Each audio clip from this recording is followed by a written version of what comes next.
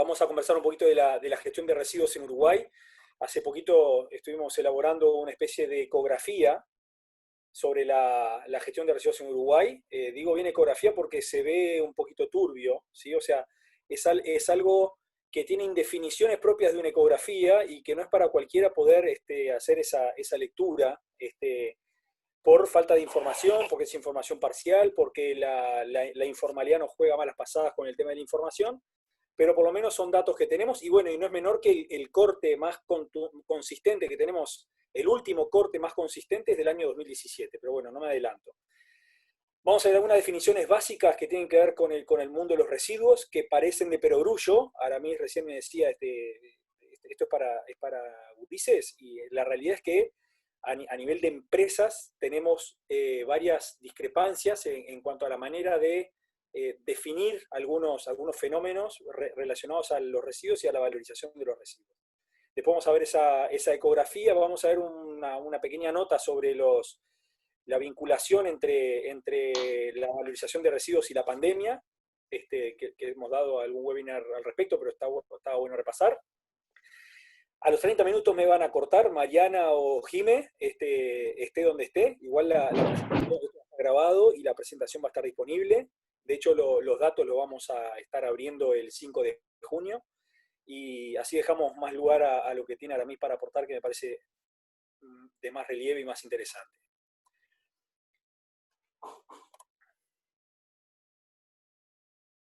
Estos son los contenidos que les comentaba. ¿Está? Ver rápidamente un glosario, lo primero que hay que definir es residuos sólidos, ¿cierto? Entonces, nada mejor que tomar la definición que que consigna la normativa uruguaya. El decreto 182, que es de residuos industriales asimilados, pone que residuos sólidos, en el artículo 3, a los efectos de este reglamento se entenderá por residuo o desecho no sólido, toda sustancia, material o objeto del cual se dispone o elimina, se tiene la intención de disponer o eliminar, o se está obligado a disponer o eliminar. ¿Okay? O sea, acá no estamos hablando de su valor, no estamos hablando de si puede ser utilizado por alguien o no, simplemente se está hablando en términos de el poseedor de ese material, lo tiene que eliminar, tiene la intención de eliminarlo, o está obligado a eliminarlo o a disponerlo. Eso nos lleva a algunos otros elementos. Destino final de residuos, que no es lo mismo que disposición final de residuos, ¿sí? Cualquier alternativa de gestión de residuos que implique o no su valorización. Entonces acá sí entra la disposición final, pero también entra como destino final el reciclaje, entra el tratamiento, ¿tá? Ahí dice, pasando por la valorización energética, que es darle la oportunidad a los residuos de brindar su energía o la energía intrínseca para distintos procesos, o el tratamiento que dice. El tratamiento en general es un manejo de los residuos para bajarle la peligrosidad o cambiarle alguna característica que lo haga, que haga posible su disposición a la postre. Valorización de residuos, a veces se ve por ahí revalorización, no se entiende muy bien si valorización es energética, si es reciclaje. Es la verdad que todas esas cosas juntas, ¿sí? Es el aprovechamiento de materiales residuales en proceso de reciclaje, incluyendo el compostaje. Esto es un tema más personal. Hay veces que el reciclaje se aparta del compostaje. Yo acá hablo de reciclaje de nutrientes, en el caso del compostaje. Lo que pasa es que hay otro tipo de reciclaje de nutrientes también. O en la producción de energía, incluyendo la biodigestión y el coprocesamiento, ¿sí? Biodigestión es para generar biogás, y ese biogás se puede utilizar en distintos procesos, y el coprocesamiento es el uso de los residuos como energético en la producción, por ejemplo, de cemento Portland o de clinker, que es una roca sintética precursora del cemento. Reciclable. Es importante acá porque aparecen muchos materiales que dicen reciclables, que dice reciclado, y no se entiende muy bien la diferencia. Y el que un material sea reciclable es su aptitud teórica, pongo acá, porque que un material sea reciclable no quiere decir que sea reciclable en todos lados, ¿sí? Para ser incorporado en un proceso de reciclaje. ¿Tá? Su aptitud teórica para ser incorporado en un proceso de reciclaje. ¿Qué es el reciclaje? Es el proceso de transformación de un material residual en un nuevo producto. ¿Tá? Ahí hay una transformación del material para hacer un nuevo producto. Puedo reciclar una botella para volver a hacer una botella, pero no es lo mismo que la reutilización de la botella. La reutilización de la botella supone que la botella queda en su estado anterior y la utilizo como botella, pero sin transformación, ¿sí? O sea, yo no la degradé al carácter de vidrio, digamos, a la botella para transformarla en vidrio líquido y para después transformarla en botella de vuelta. Entonces hay una diferencia entre la reutilización y el reciclaje, que por algo están en ese orden en las 3R, ¿sí? La reducción, la reutilización y el reciclaje tiene que ver con esos círculos concéntricos de la economía circular, ¿tá? Cuanto más pequeño ese círculo, cuanto más cercano a la fuente de generación, mejor es el proceso en términos energéticos, mejor es desde el punto de vista ambiental, de consumo de energía y de consumo de materiales. El reciclaje queda en los círculos más alejados en relación al generador, porque no reciclamos en casa, ¿sí? O sea, el reciclaje en casa se puede hacer de manera relativa, pero en general hay un proceso de transformación, un proceso de recomercialización, un proceso de ir a buscar en el mercado, etcétera, y eso hace que el reciclaje tenga muchos procesos asociados y que sea costoso desde el punto de vista energético y desde el punto de vista ambiental. Reutilización y reuso es el uso de un material o producto residual sin pasar por un proceso de transformación, como decía recién. ¿Tá? Reciclado, ¿sí? Y acá ojo con reciclable versus reciclado. El reciclado es un material o un producto hecho a partir de residuos, ya sean post-consumo o postindustriales. Es un material que fue hecho a partir de residuos, a partir de algo que alguien se tuvo que deshacer. ¿Tá? No es lo mismo que reciclable, porque como decíamos, un reciclable puede ser un material virgen, ¿sí? Que es reciclable, quiere decir que puede pasar por un proceso de transformación una vez que se descarta. El reciclado significa que fue un material eventualmente virgen, eventualmente ya fue reciclado, y pasa a ser un producto, un material nuevo a partir de material residual. Reciclabilidad, vamos rapidito, después si hay preguntas las van poniendo por ahí y con gusto las respondemos. ¿Sí? La reciclabilidad es, en definitiva, como síntesis de algún trabajo que hemos hecho, es la avidez del mercado por un material residual. Por lo general, cuanto mayor es el valor del mercado de un determinado residuo, mayor es su atractivo y por ende su reciclabilidad. Mayor es su reciclabilidad. Cuando el mercado quiere ese material, le va a poner un mayor valor, y si no lo quiere, no le va a poner valor. La reciclabilidad es proporcional, de alguna forma, a ese valor y a la viabilidad de recuperar ese material, viabilidad digamos, logística, ¿sí? Su viabilidad material, etc. En definitiva, cuanto mayor valor le pone el mercado a un determinado material, mayor es su posibilidad de ser reciclado o su reciclabilidad. ¿tá? Se puede alterar esa reciclabilidad alterando el mercado, ¿sí? Cuando se pone un impuesto verde, cuando se pone una tasa a los envases, ahí se altera la reciclabilidad porque se le da otro valor al material porque se persigue otra finalidad como su recuperación, ¿sí? Se busca recuperar botellas, entonces le ponemos una seña, le ponemos un valor, ¿sí? Un valor residual para que mañana cuando devuelvo la botella me devuelven el valor en productos o en dinero. Eso aumenta la reciclabilidad o la recuperabilidad de un material. Puede ser que esa botella se recupere para recargar, con lo cual no es reciclabilidad, pero puede ser que se recupere sí para reciclaje y en ese caso sí se habla de mayor reciclabilidad de un material. ¿Tá? Bueno, saltamos de las definiciones a las implicancias del COVID en la valorización de residuos. ¿Sí? En primer lugar, un comentario que hemos hecho, que la atención de la crisis pasó a estar por encima de cualquier otra prioridad o asunto. ¿Sí? El tema sanitario, el tema de mantener a ultranza la vida, la salud humana, dejó de lado todo otro tipo de prioridades, como puede ser la recuperación de residuos en este caso. ¿no?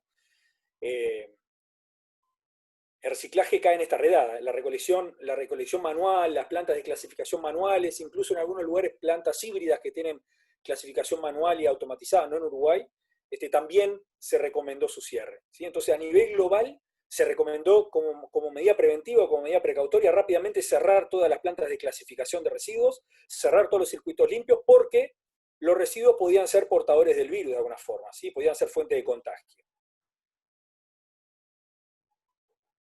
¿Tá?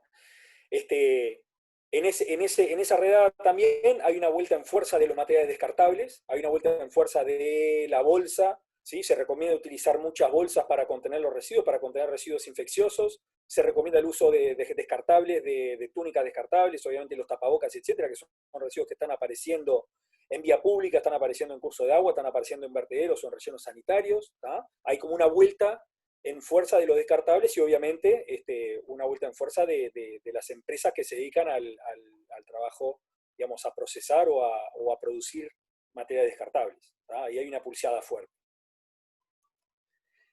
Aquí una pequeña nota sobre esto seguramente lo hayan visto, pero la vida promedio del virus según el tipo material, que aumenta en la medida que nos movemos hacia la derecha.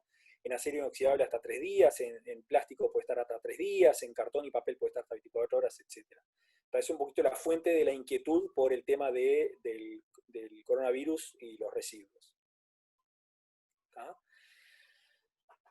Lo importante es, en definitiva, que a priori se pensaba que iba a haber un aumento de la cantidad de residuos que van a relleno sanitario o a disposición final, dado que hay una reducción de los residuos que se recuperan, ¿sí? En la medida que cierran plantas de clasificación, que cierran circuitos, habría un incremento del flujo de residuos hacia sitios de disposición final. Eso no ocurrió en Uruguay, bueno, por lo menos, perdón, hablo Uruguay y Montevideo, cometo ese pecado de tomarlos como sinónimos y no son sinónimos. En Montevideo bajó entre un 10 y un 12%, apareció alguna nota que habla de un 6% la cantidad de residuos que llegan a disposición final, ¿sí? Esa baja de la cantidad de residuos tiene que ver con la baja del consumo, tiene que ver con eventualmente una contracción de la economía y obviamente una contracción del consumo, ¿sí? Entonces, esa reducción de la recuperación de materiales no incidió en un incremento de los residuos que van a disposición final, ¿sí? Los residuos infecciosos se multiplican en el Centro de Atención de Salud. ISWA es la International Solid Waste Association. En algún seminario que organizó, hablan de un incremento entre un 20 y un 40% de los residuos sanitarios. Igual, la base de residuos sanitarios es bastante menor que la base de residuos domésticos, con lo cual no compensa ese incremento el decremento de los residuos domésticos o residuos urbanos. ¿Sí? CERU, la Cámara de Gestores de Residuos de Uruguay elaboró un protocolo, ¿sí? que lo compartió con intendencias, algunas intendencias lo tomaron como propio, ¿tá? Con el fin de no diseminar residuos infecciosos, de declarar cuando hay un hogar con residuos con coronavirus y la modalidad en que hay que envolver los residuos en 1, 2 o 3 bolsas. ¿Qué pasa con la recuperación de residuos post-consumo a nivel global? Lo que decíamos recién, después se han mantenido abiertos algunos circuitos, ¿sí? Algunas plantas de clasificación de residuos, sobre todo en países donde, esto es algo que lo comentaba Aramis en su Twitter y hemos conversado de este tema, los países en vía de desarrollo, los países emergentes, no tienen la espalda o el respaldo, bueno, supongo que Aramis lo va a comentar después, pero no tienen respaldo para decir a todo el mundo quédense en las casas, ¿sí? Mucha gente, mucha informalidad, mucha gente depende del día a día, entonces lo de cerrar los circuitos limpios, los de evitar que entren o que ingresen a los rellenos sanitarios o a los vertederos, o evitar que se metan de cabeza los clasificadores en los contenedores, no es una opción para muchos de los países, ¿tá? Y esta es la situación de América Latina. Esto fue por marzo. Este mapa lo hizo la Iniciativa Regional para Reciclaje Inclusivo, ¿sí? Entonces ahí vemos que en México el gobierno nacional permite la recolección de pepenadores, son clasificadores. En Colombia el gobierno nacional permite el trabajo de residuos de recuperadores urbanos, recuperadores de base. ¿Sí? Hay prohibiciones a nivel municipal en algunos municipios, pero en términos generales en América Latina siguen funcionando los sistemas formales y semiformales de recuperación de materiales. Por esto que decíamos recién, que la informalidad es una condena, o sea, es una restricción muy fuerte y entonces los clasificadores de base tienen que seguir trabajando, siguen trabajando los depósitos de materiales que les compran los materiales, siguen trabajando la industria del reciclado, obviamente con esa reducción de materiales del que depende de clasificadores, de materiales comerciales, cartón, film de polietileno sobre todo, hay una reducción fuerte, con lo cual hay una reducción de los ingresos de esta gente. Esto es un poquito la situación de Uruguay por mediados de abril, que lo elaboramos desde siempre. Lo que está en rojo son los circuitos y plantas que se suspendieron y lo que está en verde es lo que sigue funcionando, ¿tá? A esta altura ya se está evaluando cómo volver a trabajar en Montevideo, en Canelones, sobre todo las plantas de clasificación, y bueno, todavía no hay una respuesta contundente. Se pensaba a mediados de mayo, después se pensó inicio de junio, y bueno, todavía no están habilitándose para el trabajo. Ahí hay unos temas sindicales fuertes también que juegan y bueno, son parte del problema. Algunas reflexiones parciales al respecto. La crisis sanitaria al desnudo de la vulnerabilidad de nuestro sistema de recuperación de materiales. Al ser un sistema de recolección manual, o en gran parte siendo sistema de recolección manual, supuestamente la recolección manual se detuvo y se mantuvo alguna recolección mecanizada. Al ser manual en las plantas de clasificación, la recomendación de la Cámara de Industria, que es la que gestiona el plan de gestión de envases, por eso recomendó el cierre de las plantas, aunque algunos se mantuvieron, por lo que hablábamos recién, de que son empresitas, cooperativas o grupos de clasificadores que dependen del día a día. ¿tá? Y los sistemas de recuperación de materiales más robustos son los que reducen el contacto de los trabajadores con los residuos. Sistemas automatizados de recolección, sistemas automatizados de clasificación de residuos, son los que en el mundo se han mantenido trabajando a pesar de la pandemia, a pesar de los números de contagios crecientes, etc. Sí, en plantas automatizadas donde hay una etapa manual, que la mayoría tiene una etapa manual, se suspenden las etapas manuales, con lo cual baja el porcentaje de recupero de materiales, etc. En algunos lugares en Argentina, por ejemplo, tomó la decisión de armar un playón para la recuperación, para de alguna forma la cuarentena de los materiales durante 3 días, que es lo máximo que puede llegar a vivir el virus en un material de estos, y después ingresaban a la planta. Pero operativamente eso implica que hay un proceso más e implica muchísimo espacio necesario para almacenar temporalmente esos residuos. Bueno, aquí algunos datos, ¿sí? Que, como les decía hoy, ecografía de la valorización de residuos en Uruguay. Importante decirles de vuelta que es en base a datos, a información de 2017, donde aparecen más informes de distinta índole que permiten cruzar algunos datos. No tenemos información del 2018-2019 aún. Nos imaginamos que durante este año y el año que viene van a estar. Para tener los datos de 2017 hubo que esperar al 2019, sobre todo de datos de generación de residuos industriales y sus destinos. Entonces vamos al grano. Estas son las corrientes principales o generales de residuos que divide la DINAMA, en domésticos y barrido, industriales y asimilados, obra de construcción y especiales. ¿tá? Ahí están las proporciones. El más significativo, con casi el 50%, son los industriales y asimilados, ¿tá? Que es en base a declaraciones juradas. Le sigue el de domésticos y barrido, con 32,3%. Cerca del 20% residuos de obra de construcción, esto es escombros y todos los residuos que se hagan de obra de construcción, que aparentemente es un número un poco subvaluado, porque se utiliza mucho material de construcción para relleno que ni siquiera es declarado.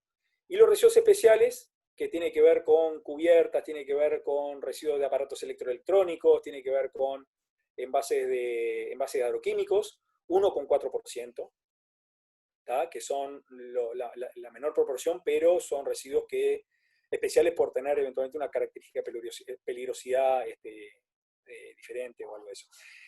Una nota importante que es que en los domésticos y barrido, por lo general incluimos también los residuos comerciales y de servicios, por más que tendría que ser una fracción separada, porque la regulación no lo consigna de manera diferente, no lo considera de manera diferente aún. Ahora la nueva ley de residuos sí, pero hasta el momento los residuos municipales o los residuos domésticos incluían en los contenedores, por ejemplo, de la vía pública, que no hay en todos los departamentos, la fracción de comerciales y de servicios, que aún sigue funcionando así en gran parte del interior. De a poco, digamos, la imagen del sistema Montevideo, donde deja todos los no domiciliarios por fuera, que ahí entran los industriales, los comerciales y de servicios, que tienen que tener su propio sistema de gestión.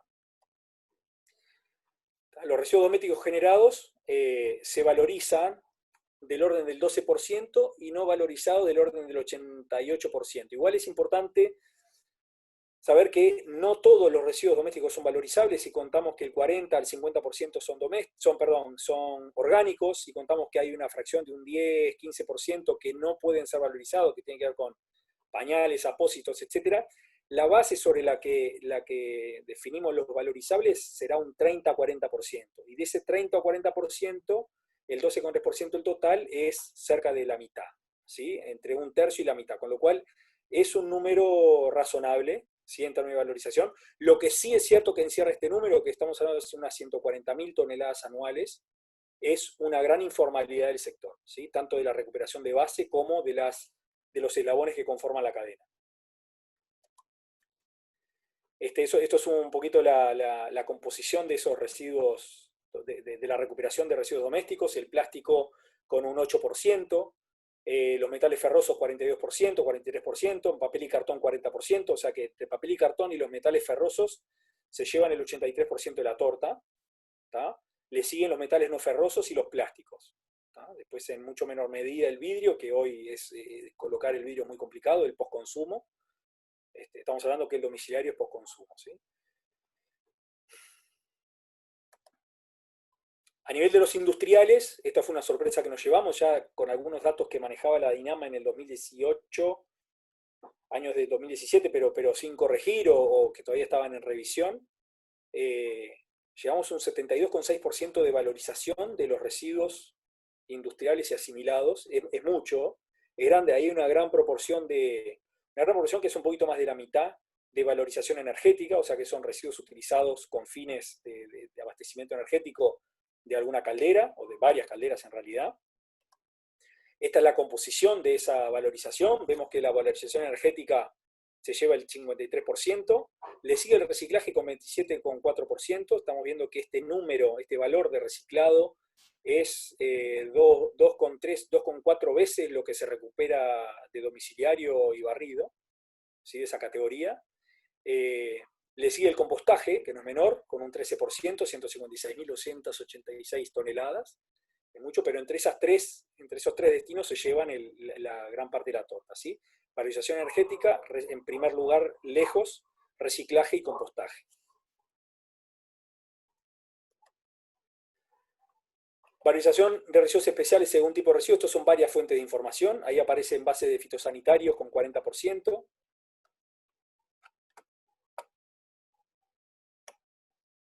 Aparecen, a ver, un segundito, las baterías de plomo ácido con una recuperación muy alta.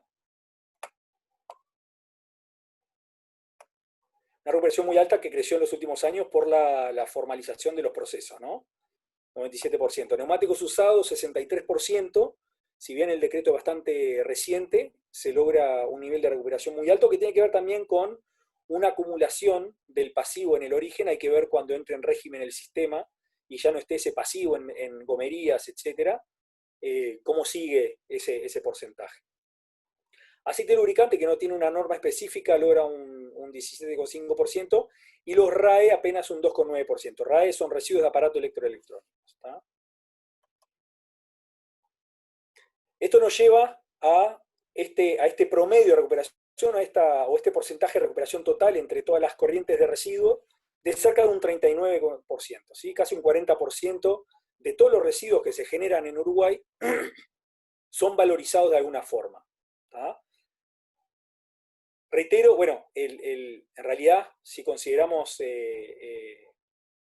los de obra de construcción que no son declarados, ¿sí? O sea, que se utiliza como relleno para después hacer construcciones o para ganar terreno, etc., este número puede estar subestimado, ¿sí? Pero también está subestimada la cantidad de residuos total, o sea que no moveríamos el porcentaje. Pero bueno, como le decía hoy, más temprano se trata de una ecografía porque falta información más dura y faltan datos comparados, ¿no? Esto estamos hablando de la fotografía de un año. Sería interesante ver cómo es antes, cómo es el después, pero no hay datos consistentes entre un año y otro. ¿Tá? Aquí algunas apreciaciones que les dejamos en la presentación, ¿sí? Acá, insistir en que la informalidad sigue siendo una actividad importante o una característica importante de la actividad en varios eslabones, tanto en la recuperación de base como en depósitos intermedios, en algunas plantas incluso de reciclaje. Y es un tema al que busca hincarle el diente de manera contundente la ley de residuos, es un tema al que le buscó hincar en envases, o sea, los clasificadores que trabajan en las plantas de clasificación, que llegan según el dato que se tome como base, a un 5%, sigue siendo muy bajo. Se busca formalizar el trabajo de los clasificadores, ¿sí? pero no solo los clasificadores, también de los siguientes eslabones, con lo cual hay un desafío grande en lo que se viene, máxime, teniendo en cuenta la crisis económica en la que entramos, donde, por lo general, situaciones de crisis, situaciones de contracción económica han llevado a que haya más personas clasificando residuos, con lo cual el desafío en adelante es doble. ¿Sí? Ahí están las fuentes de información. Y bueno, yo no quiero robarle más tiempo a Aramis, así que levanto la sesión y esperamos alguna pregunta sobre el final.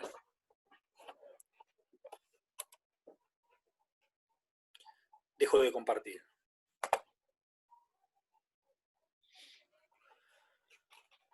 Bien, Aramis, me gustaría que te presentes primero, ¿sí? Prefiero que no me presentes vos, que parece generar unas expectativas terribles. Está un poquito más de ti, y adelante. Bueno, yo trabajo en temas de medio ambiente hace muchos años, la mayoría de esos años con FEDE en diferentes modalidades, algunas de consultoría, otras académicas, en ONG. En este momento estoy trabajando bastante más en el exterior que en Uruguay, ahora en este momento estoy en Nicaragua, igual aunque no estuviera trabajando no podría volver. Y bueno, en realidad yo las cosas que les voy a comentar, muchas las hemos estado discutiendo con Fede, con Federico en diferentes momentos, pero él no quiere regalarse diciéndolas en público, así que yo me haré cargo.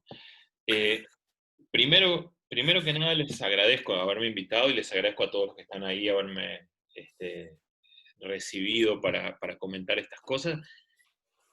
Pero quiero hacer la salvedad de que yo no creo tener muchos más elementos que ustedes,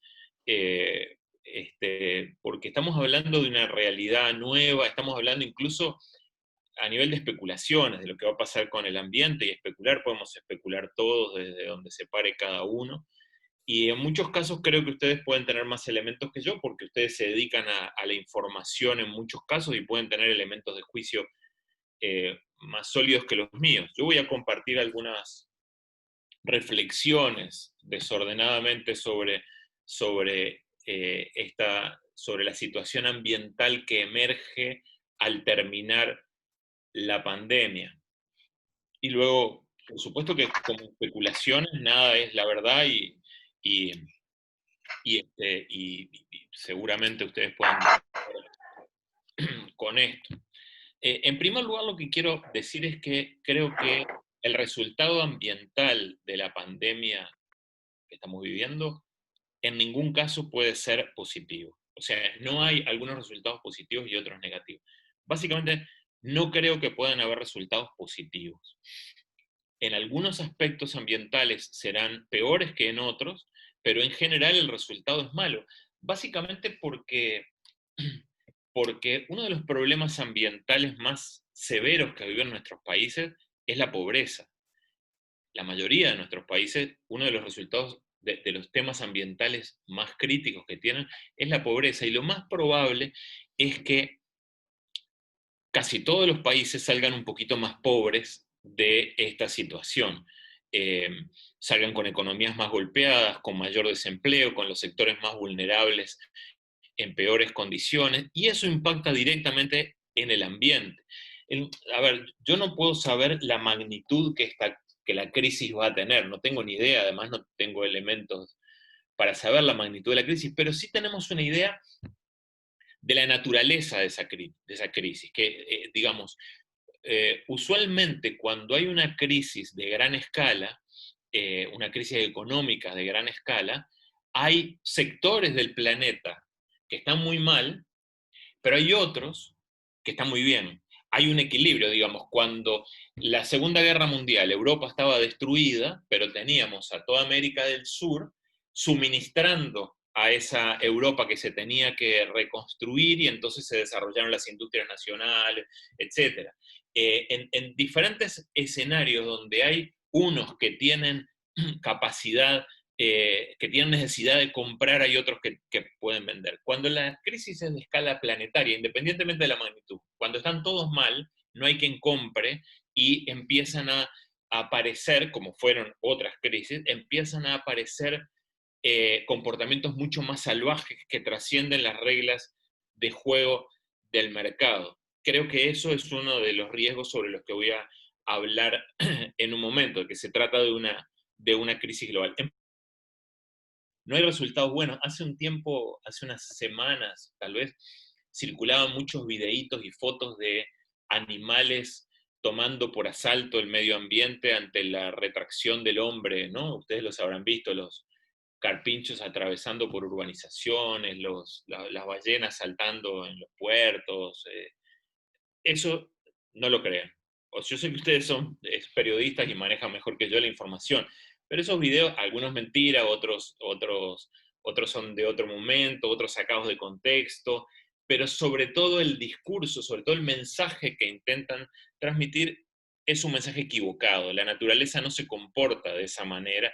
No es que si en una semana nosotros no salimos a la calle, van a empezar a aparecer animales salvajes que salieron de sus ecosistemas naturales y se metieron en la ciudad. No funciona de esa manera. O sea, el mensaje, más allá de que algunos videos puedan ser fraudulentos o no, el mensaje no es correcto, de que ante la cuarentena y ante una retracción parcial y momentánea de la actividad humana en los espacios públicos, el resultado va a ser que la naturaleza no es como la película de Will Smith de Soy Leyenda, no funciona de esa manera. Pero eso es tal vez irrelevante. Lo importante es que la pobreza, si todos salimos un poco más pobres de esto, ambientalmente las cosas van a ser un poco más complicadas.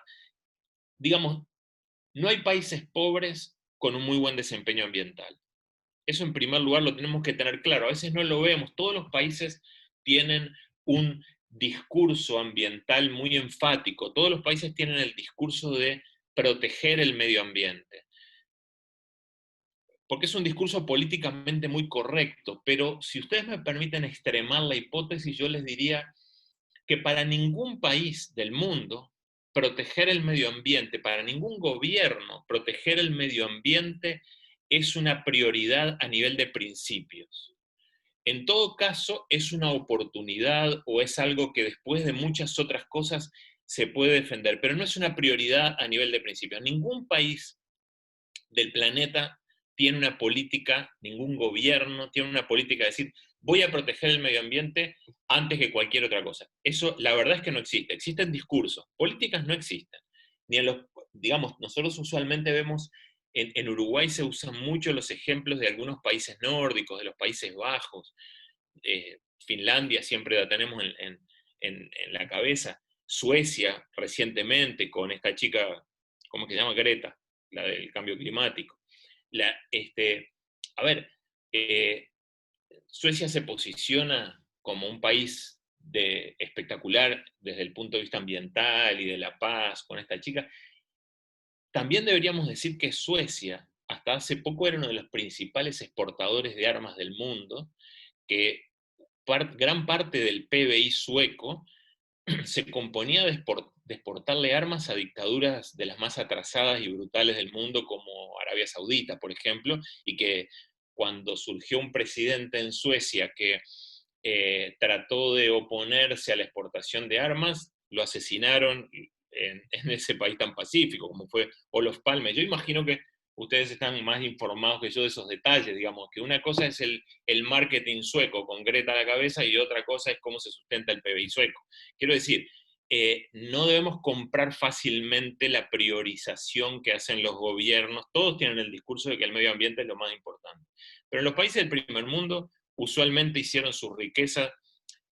Fede vivió muchos años en Bélgica, unos cuantos, y nos podría contar cómo se construyó la riqueza belga y no fue protegiendo el medio ambiente. Y eso se los aseguro que hurgando un poquito en, eh, en el desarrollo de los países encontramos eso, que una vez que tienen resueltas un montón de otras cosas, entonces se puede plantear.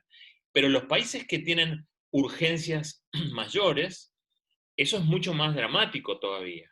El otro día comentábamos que China venía por presiones internacionales, etcétera, venía reduciendo sus fuentes de contaminación atmosférica de una manera importante, venía reduciendo la generación de energía con combustibles fósiles como el carbón, por ejemplo, las centrales térmicas, y a partir de la pandemia, en las últimas semanas, anunció el inicio de la construcción de más centrales térmicas de carbón que todas las del año pasado. Quiere decir, los países que tienen urgencias y el medio ambiente siempre pasa a un segundo plano. Entonces, en este escenario, yo creo que surgen para Uruguay, me parece, dos desafíos desde el punto de vista ambiental que responden a dos riesgos, uno local y uno global. A nivel local, creo que enseguida, o sea, cualquier gobierno en Uruguay tiene la necesidad de generar crecimiento de la economía, porque esos son los paradigmas con los que se mueven nuestros gobiernos. Tienen la necesidad de hacer crecer el PBI, de generar empleos, independientemente que pudieran haber otras alternativas. Ese es el camino, esa es la estrategia que eligen los gobiernos del mundo. Entonces, en el escenario de retracción actual, una de las primeras tentaciones que tienen los gobiernos es la tentación productivista de flexibilizar al máximo las regulaciones, de invitar a cualquier inversión, a cualquier precio, a que venga. La realidad es que lo primero que se flexibiliza son las regulaciones ambientales. Eh, digamos, eso no lo hacen gobiernos de izquierda o gobiernos de derecha. Cualquiera que esté en la oposición está a favor de proteger el medio ambiente este, y de ser muy conservacionistas, pero cuando llegan al gobierno tienen que resolver problemas y una de las cosas que primero surgen para vender son los recursos naturales. Entonces, en estos momentos hay el riesgo de que eso se vuelva extremo, de que surja de que se extreme esa tentación de flexibilización de las normas. Eso a nivel local. A nivel global, las reglas de juego se vuelven mucho más duras. Por un lado, los países que tienen la tentación de flexibilizar sus normas son castigados globalmente. Pero además, a veces, los castigos son injustos. Es decir, el medio ambiente, en estos casos, hay el riesgo de que se vuelva una barrera arancelaria para el proteccionismo de algunos mercados.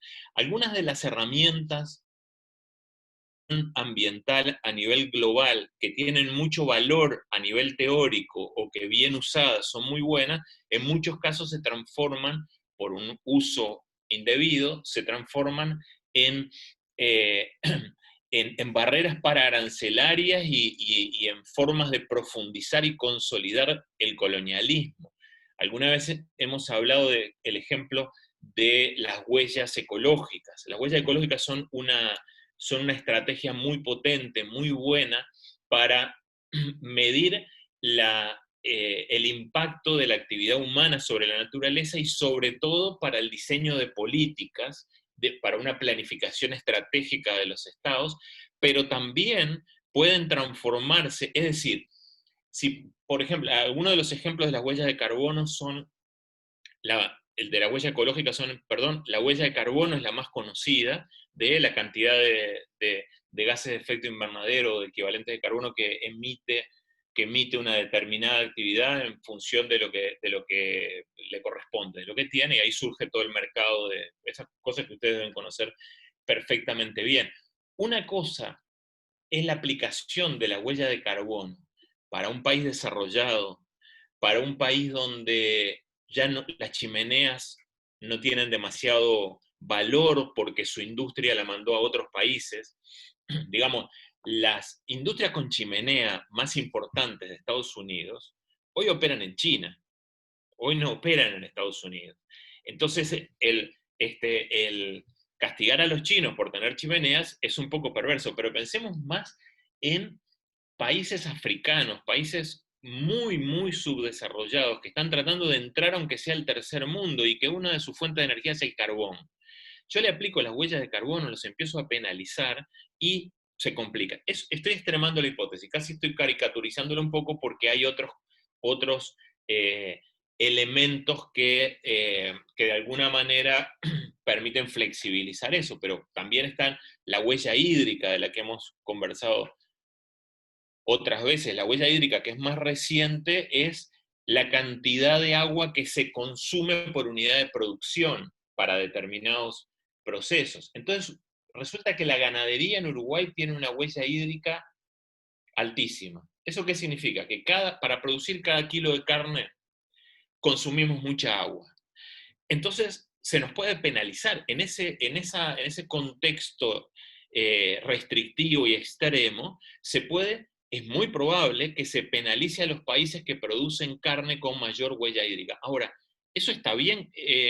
En Uruguay, el 95% del agua que entra al territorio termina en el mar, lo cual está perfecto.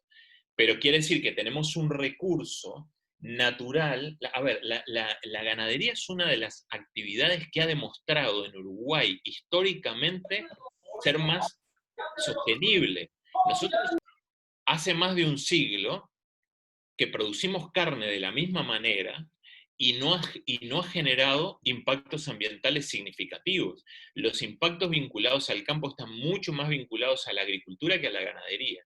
Los impactos de la ganadería en 100 años con muy poca gestión ambiental han sido menores. Eso yo de golpe digo ahora, bueno, como consume mucha agua, entonces tengo que cambiar sustancialmente, pero voy a sustituir esa agua por energía, por combustibles fósiles, por una ganadería más intensiva. Lo que quiero decir con esto es que ambientalmente lo mejor para un país con las condiciones naturales como Uruguay es producir con una alta huella hídrica la ganadería y no cambiarla por otro tipo de huellas, porque es un recurso renovable y sostenible en el caso particular de Uruguay. Quiere decir que esas herramientas globales como las huellas ecológicas, por poner solo un ejemplo, son herramientas que pueden ser muy potentes, pero que en el contexto que se viene, utilizadas de manera perversa, van a ser barreras para arancelarias, para cerrar mercados y para afectar a países del tercer mundo. Si nosotros compramos esos discursos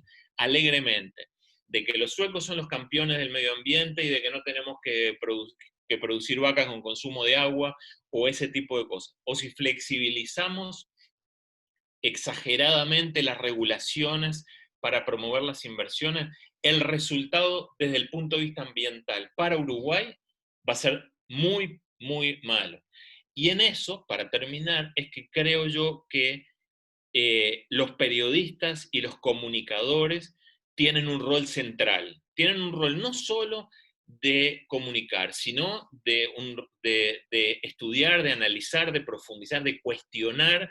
Tienen que ser generadores de opinión además de comunicadores. Creo que en esto, en muchas ocasiones, no hemos logrado comunicar adecuadamente. Yo no soy un comunicador, por supuesto, pero quiero decir que no se ha logrado de verdad poner sobre la mesa los problemas ambientales y a veces hacemos un discurso un tanto frívolo, liviano,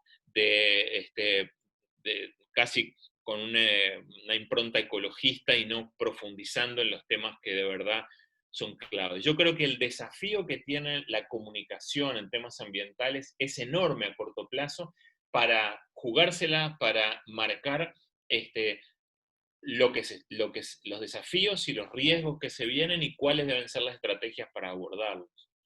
Yo podría conversar mucho más sobre este asunto, pero creo que estoy viendo aquí que son casi la hora de terminar, así que eh, no sé, como quieras.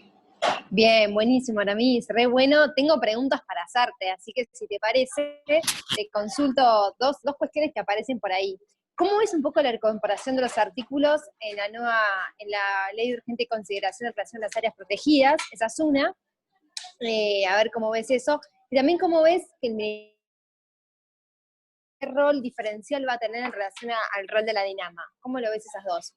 Ok, yo hace 3 meses que estoy en Nicaragua, lejos de la ciudad incluso, así que no soy la voz más autorizada tal vez, pero les quiero decir que la primera, la primera versión de esos 2 artículos vinculados a las áreas protegidas respondían exactamente a lo que yo estaba diciendo antes, a esa flexibilización extrema y a tratar de que de alguna manera sea el privado y entienden a las áreas protegidas como el lucro cesante de un territorio que se podría explicar. O sea, es esa visión mercantilista del ambiente y el territorio. Esa era la primera versión. No sé cómo fue el proceso de discusión, pero vi la versión final que quedó de estos dos artículos y la verdad creo que es un desafío para las intendencias, para la academia, para las ONG, pero me gusta. Digamos que vincula muchísimo esta nueva redacción, vincula muchísimo las áreas protegidas con la gestión local del territorio. Se requiere la participación directa de las intendencias, de los planes de ordenamiento territorial, o sea, las áreas protegidas deben entrar y tener el aval en los instrumentos de ordenamiento territorial. Van a ser las intendencias. Hoy, la realidad, yo les digo algo, en mi opinión, para decir algún disparate adicional, las áreas protegidas en el mundo a mí no me gustan demasiado porque tienen una historia terrible, una historia que viene del colonialismo europeo en África, o sea, el origen de los cotos de caza y aislar en los procesos independentistas de África a grandes sectores del territorio. Pero eso fue evolucionando de una manera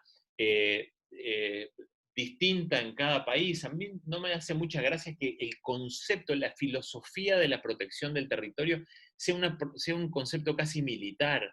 O sea, yo veo los guardaparques, que conozco mucho y trabajo con muchos de ellos y lo aprecio mucho, pero hay una impronta castrense, ¿no? Es una cruza de un Boy Scout con un marín, un tipo vestido de militar en el mundo en general. La idea de la protección represiva, del aislar del territorio, en general las áreas protegidas es una figura que yo creo que debería evolucionar sustancialmente. En primer lugar, hay un tema de que si yo protejo un pedazo del territorio, ¿qué significa? ¿Que el resto no lo estoy protegiendo? ¿Que este vale más? ¿Con qué criterios vale más esta parte del territorio? Es cuestionable, es difícil. Entonces, a mí me parece que debería evolucionar sustancialmente el concepto de áreas protegidas.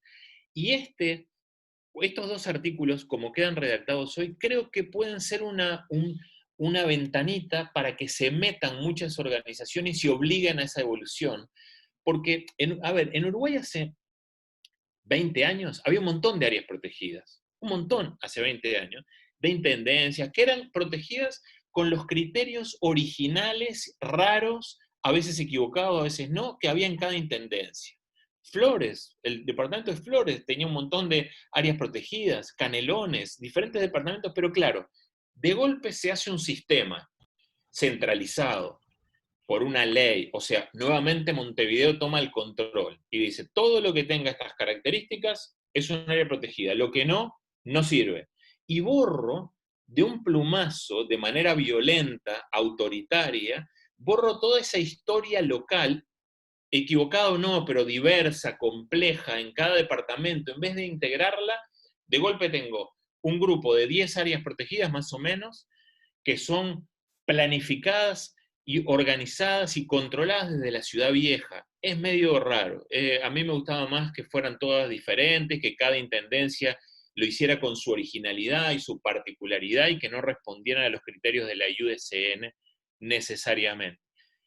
Ahora, estos dos artículos de alguna manera abren la puerta a que las intendencias tomen el control nuevamente, a que a nivel local se deba planificar. Hoy las intendencias están al margen de las áreas protegidas. Es la realidad. En muchos casos, imagínense qué locura, que los gobiernos locales están en contra de las áreas protegidas. Es decir, que yo protejo centralmente el territorio en contra de lo que se opina localmente. Es una cosa increíble. Bueno, eso es inherente a la filosofía con la que se han desarrollado las áreas protegidas. Cualquier ventana que se abra, que no sea eliminarlas, que no sea pedirle permiso al dueño del predio, que era lo que estaba planteado originalmente, sino que sea volver a lo local en la gestión ambiental del territorio, me gusta. Creo que es un desafío, que es una ventanita que se abre y me gusta. Solo para mantener la línea de decir disparates, ¿no? Ustedes después le liman las aristas a todo esto que acabo de decir. Y respecto a la creación de un ministerio, no es que me molesten los ministerios, pero los ministerios son una estructura pesada del siglo pasado. La gestión ambiental hoy es mucho más inmediata, más rápida. Está bien una estructura que permita la planificación estratégica, pero hoy los ministerios son un poco un dinosaurio en muchos aspectos y yo soy más partidario de la figura de las agencias. Es verdad que los países, para estar insertos internacionalmente y acceder a determinados créditos, tienen que cumplir determinadas condiciones, y la creación de un Ministerio del Ambiente es bien visto a nivel global y puede abrir determinadas puertas. No sé, eso lo sabrá el gobierno. Lo que yo les digo es que a nivel de gestión, yo soy más partidario de las agencias en algunos temas, ¿eh? No de una agencia de salud. En salud pública seguramente hay un ministerio que tiene que planificar.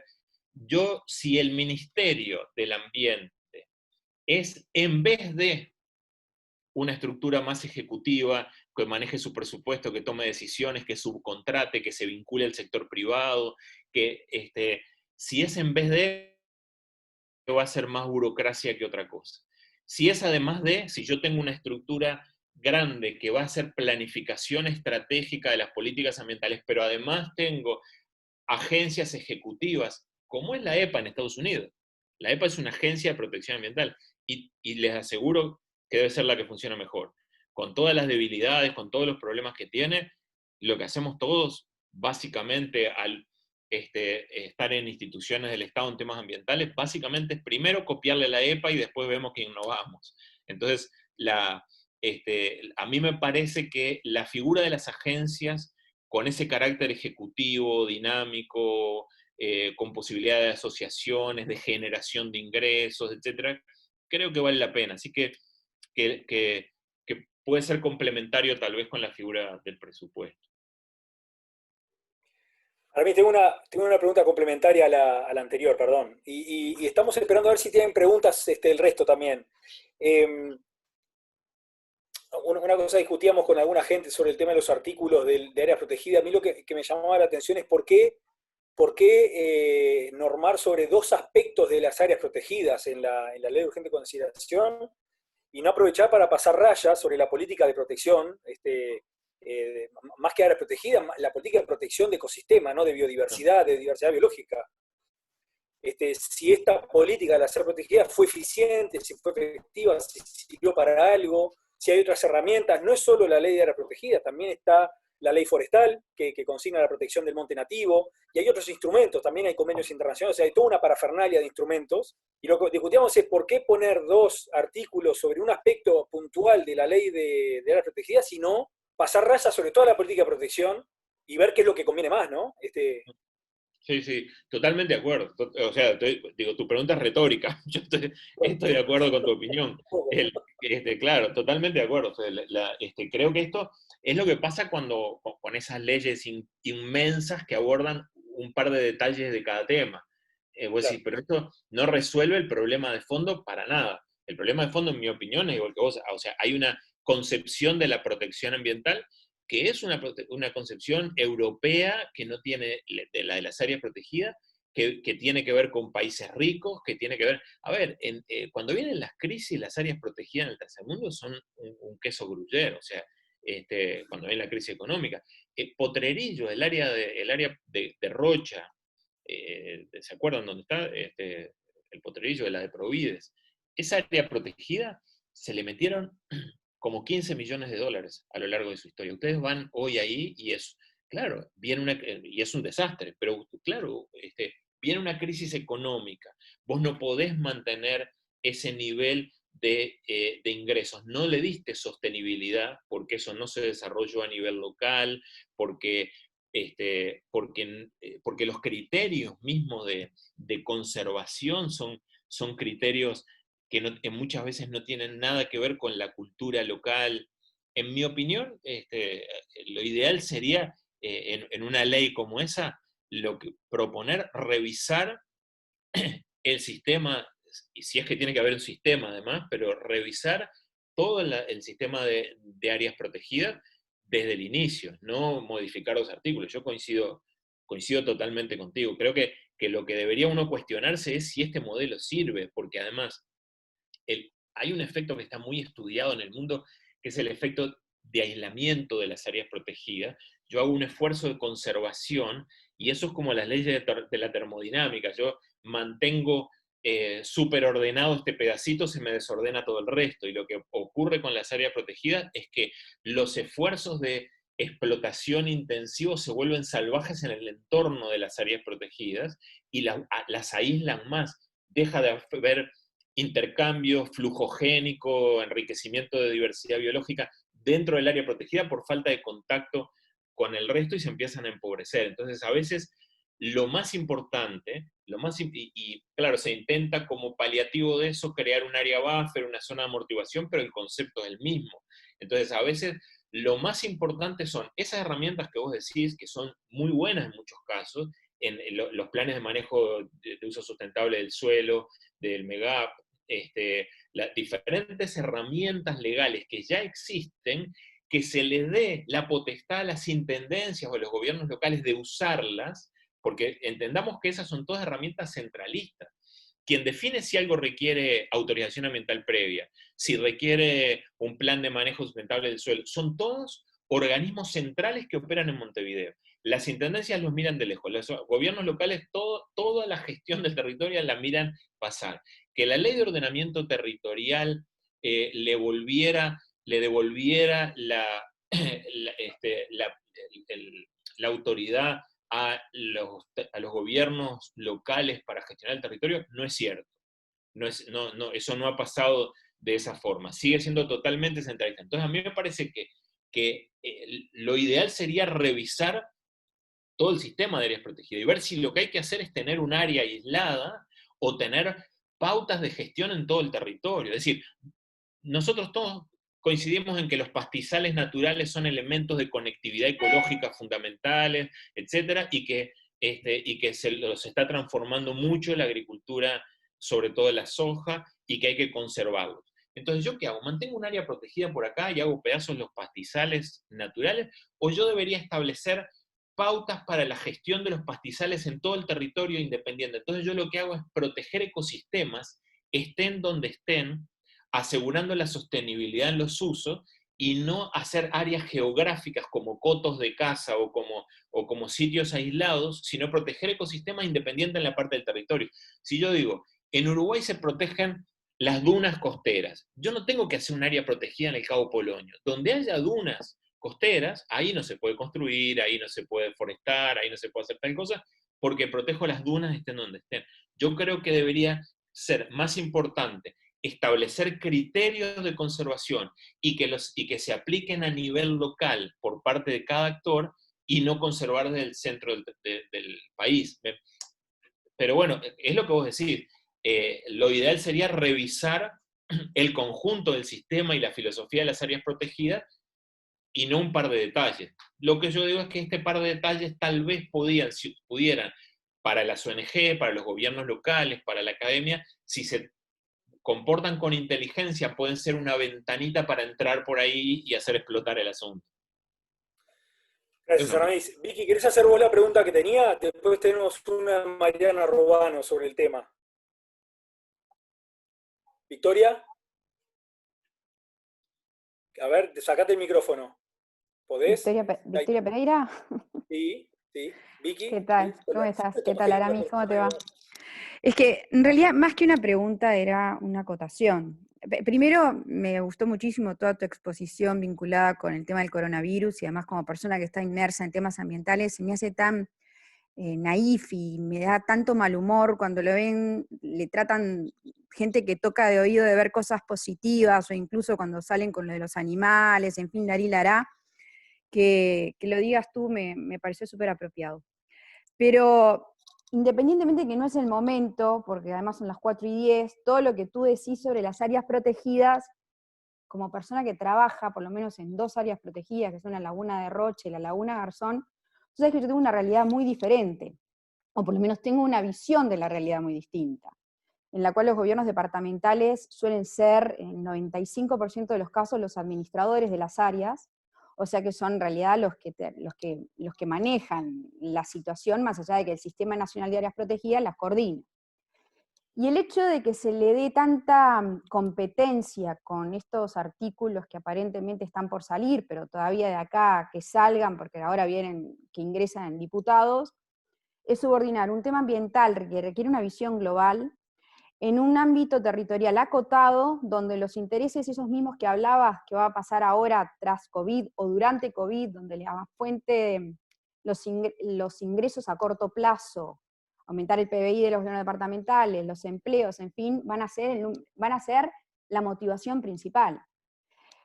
Y realmente veo que va a ser un gran cuello de botella para el Sistema Nacional de Áreas Protegidas. Y después lo otro que tú también decías, que también, perdóname Aramis, pero me veo en desacuerdo, porque creo que hay determinados lugares que más allá de, tú los decías como una especie de cotos de caza, pero creo que hay lugares que por su singularidad, por su biodiversidad, requieren un grado de protección distinta. Y tal vez no sea lo tan pequeñas como las 16, 17 áreas nuestras, sino ideas de zonas más amplias, pero ideas además donde estén muy bien manejadas y donde no sea el no el denominador común, sino el cómo hacer las cosas. Creo que ese es el tema, que se las ve a las áreas protegidas como un lugar donde son unas limitaciones bestiales, y en realidad es todo un lugar donde pueden ser grandes oportunidades, no para todos los sectores, como puede ser para el forestal, que es el que está teniendo tanta fuerza hoy en día para las modificaciones estas. Pero, de hecho, por ejemplo, Naciones Unidas está haciendo un gran énfasis en todo lo que ver con la cadena de valor en las áreas protegidas. Y creo que es para allí para donde van los tiros.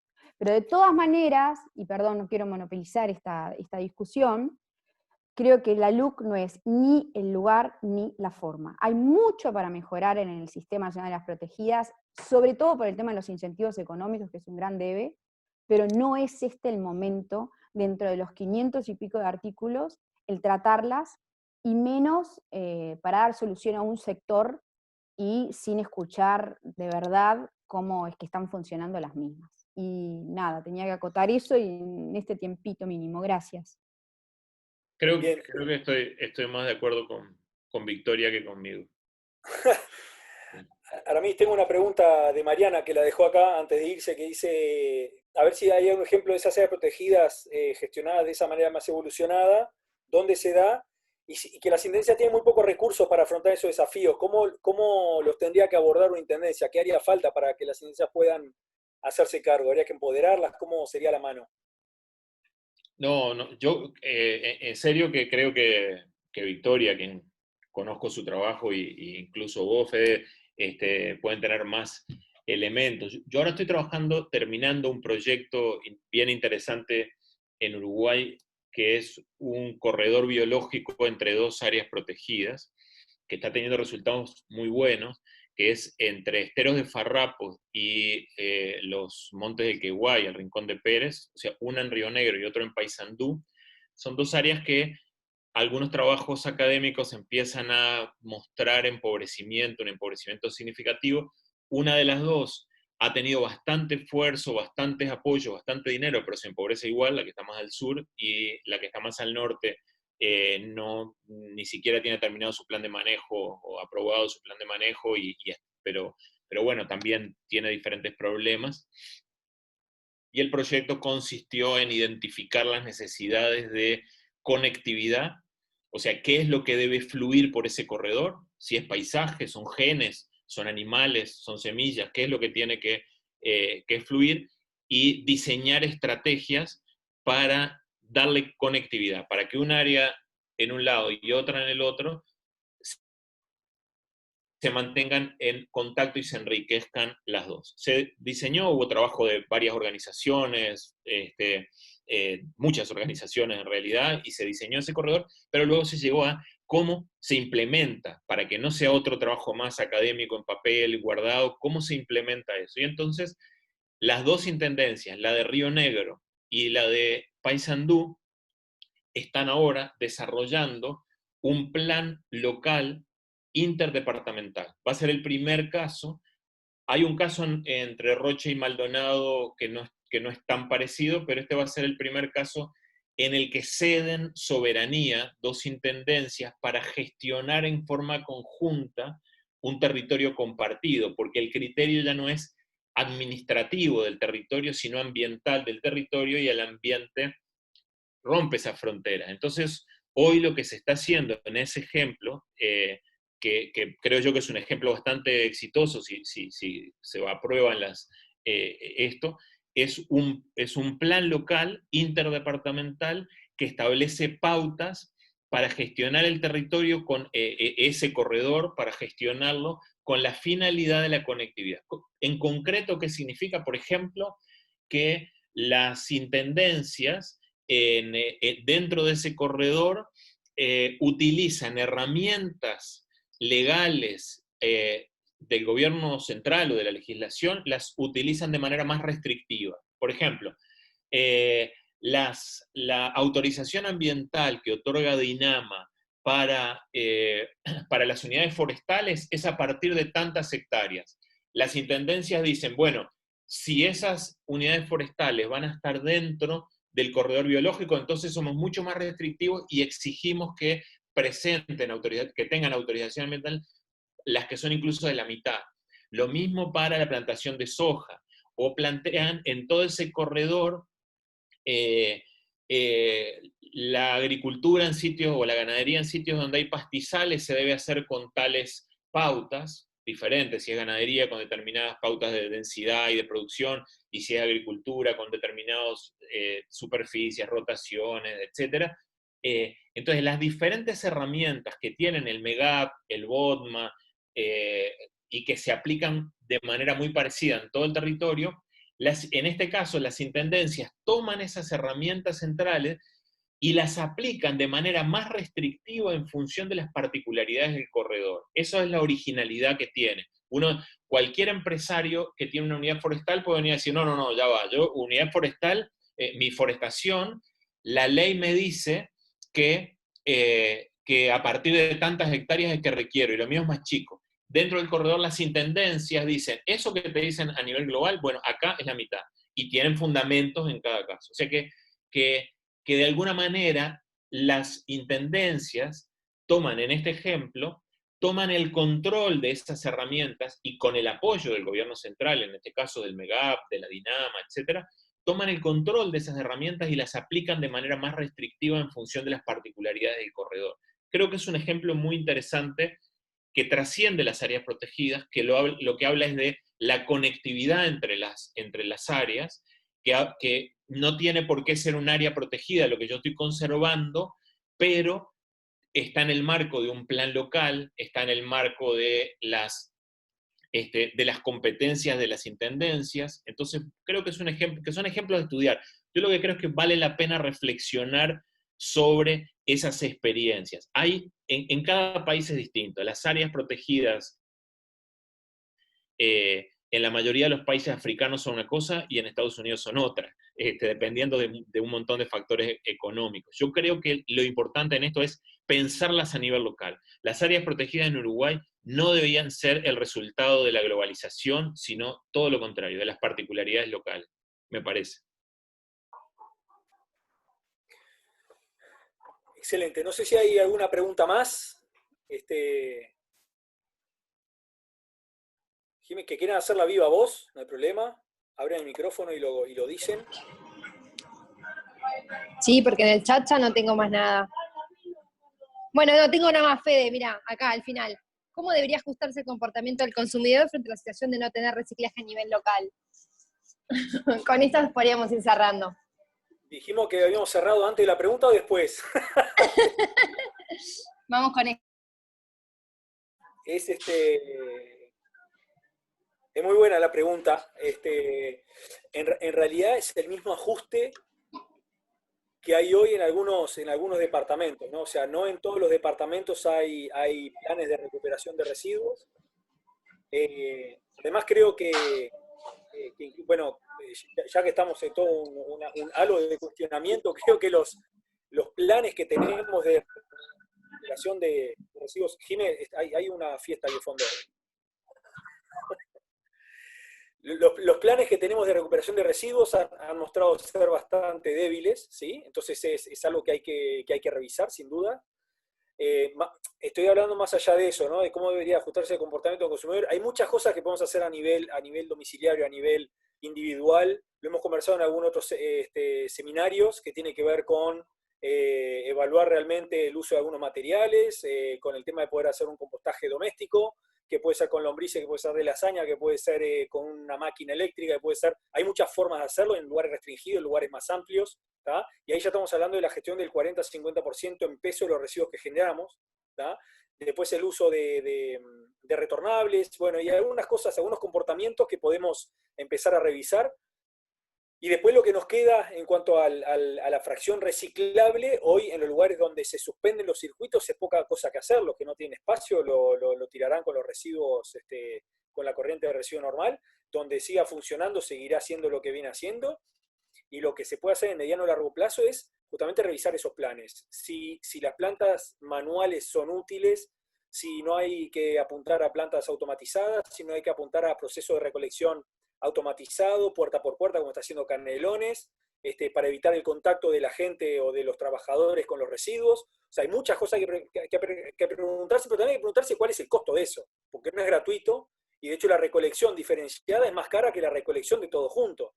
Entonces hay una pregunta que nos sigue merodeando, que es, ¿prefiero recolectar separado, siendo que aumenta 2, 3, 5 veces el costo de la recolección? ¿O prefiero recolectar todo junto y separar mezclado con una menor tasa de recuperación, pero un costo de recolección menor que compensa esa pérdida de recuperación? Son cosas que hay que preguntarse. Hay que preguntarse también si la incineración con recuperación energética realmente es un IVA, que es algo que está viniendo con fuerza en este contexto justamente. Entonces creo que hay muchas preguntas en la vuelta y lo que tenemos que generar son la capacidad de poder responder de manera fehaciente esas preguntas, ¿sí? Tener gente, tener profesionales, tener los recursos para poder hacerse esas preguntas y poder pensar en políticas públicas que sean con información, ¿sí? O sea, que esa ley de residuos, ese plan de gestión de residuos que exige la ley de residuos, lo hagamos con la mayor información posible, ¿sí? De ver cuáles son los mejores sistemas desde el punto de vista ambiental y los más viables desde el punto de vista económico. ¿Tá? Me fui a algo más general de lo que preguntaban, ¿sí? Compostaje en casa, reducción en el consumo, sí, ahí decía Mariale, tal cual. Bueno, eso que... Gracias por los apuntes, Mariale. Por ahí viene la mano. Jime, queremos fiesta de vuelta. Mariale, ¿ibas a decir algo? No, a ver, se me ocurría, buenas a todos, capaz que pongo el video. Y buenas. Un poco capaz que tratando de unir algunos temas que capaz que es complejo, pero el tema de los espacios o las áreas naturales, digámosle, no las áreas naturales protegidas, pero áreas naturales que eventualmente deberían ser protegidas, y hoy están muy impactadas por vertederos, por residuos, por arroyos, ¿no? Circuitos de agua que están justamente por el tema de residuos impactados. Tratando de unir temas, no sé si pasa raro, pero sabiendo de que están muy vinculados, además, muchas veces, ¿no? O sea, hay áreas que justamente que no están siendo protegidas como deberían ser, y en este marco de evaluar si tenemos que protegerlas o no, ¿qué pasa con esos espacios, con todos esos terrenos y aledaños que están siendo impactados por los residuos? ¿Están en la cuenta de estas evaluaciones de la gestión de residuos? ¿Alguien está poniendo esos terrenos y esos territorios en la cuenta de la gestión de residuos? Creo que muy poco, Mariale. Creo que muy poco.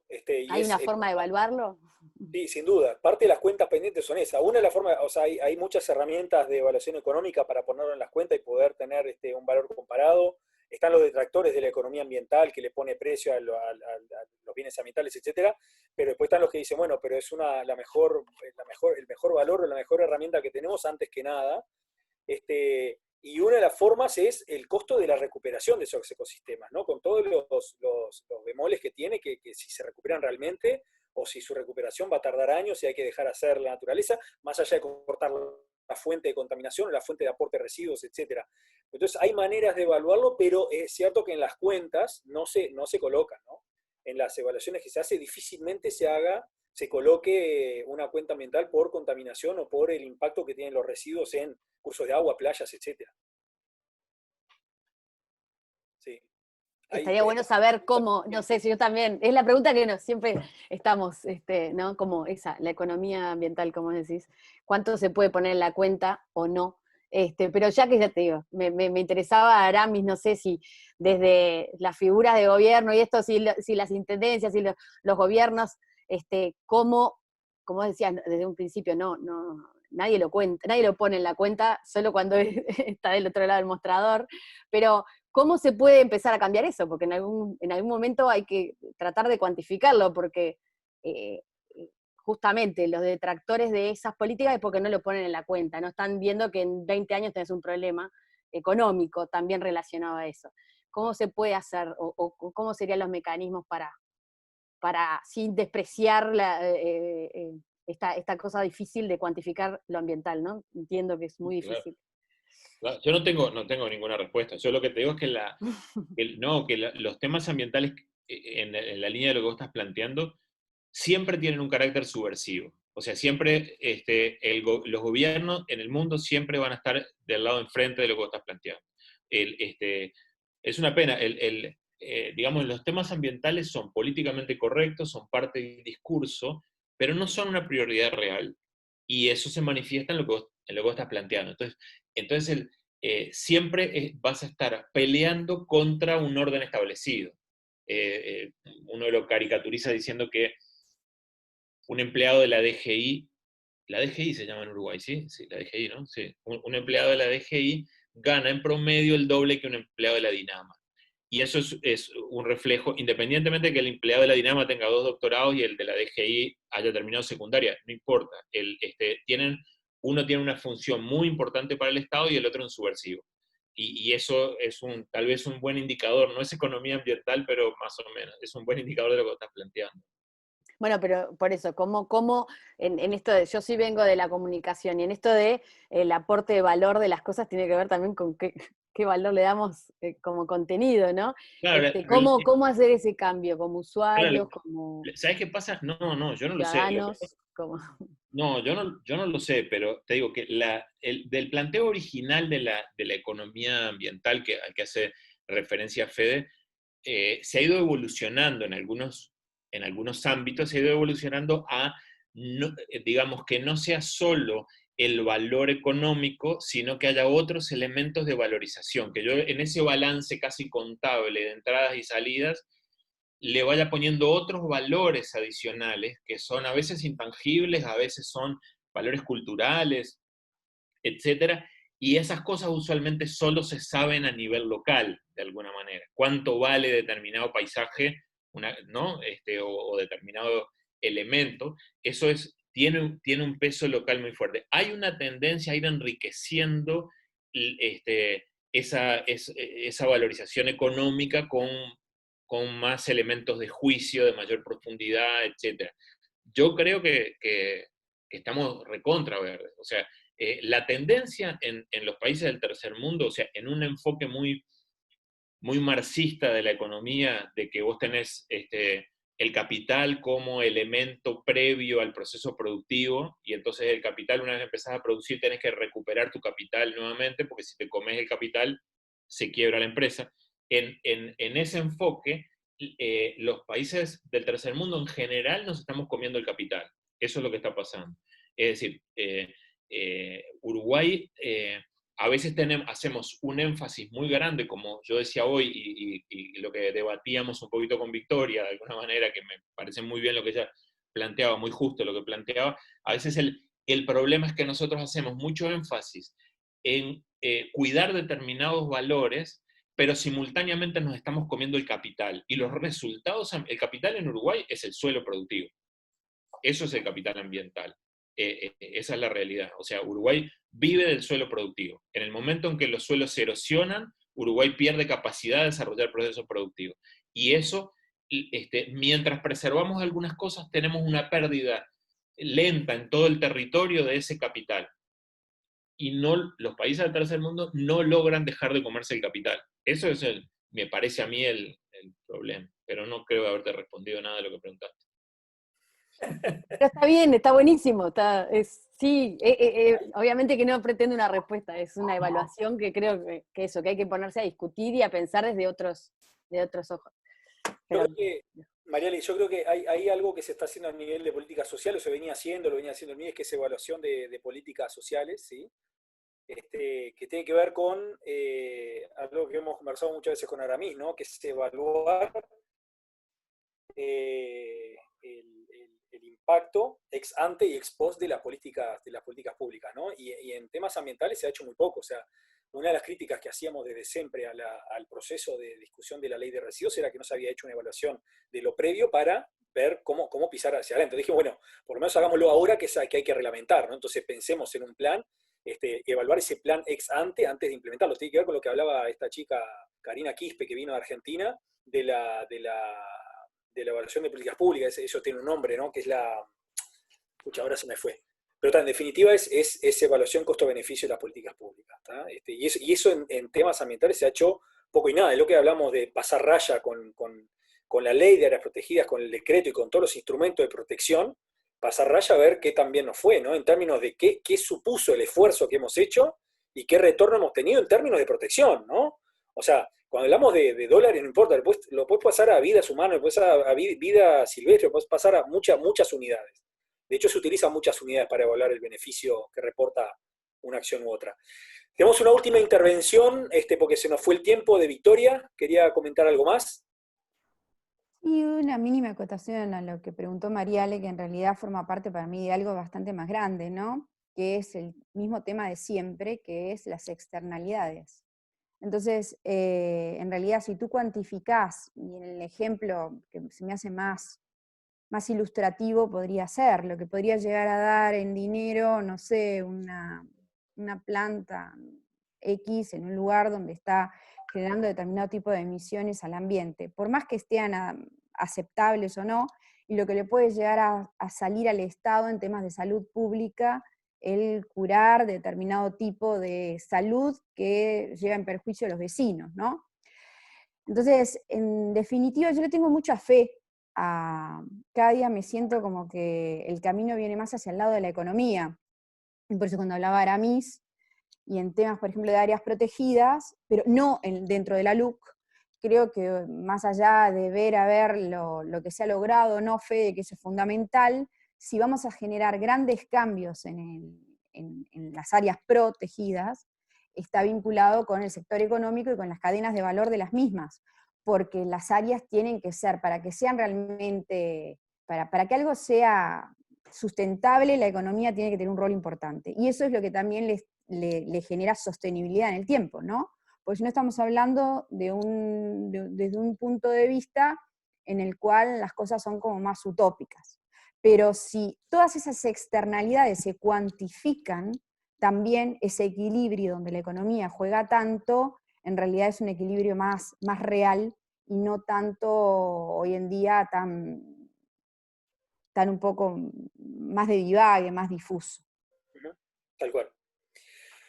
Bueno, Jimé, ¿querés comentar algo? Resta agradecer a todos todos y todas por haber estado acá, Aramis, especialmente a vos, muchísimas gracias.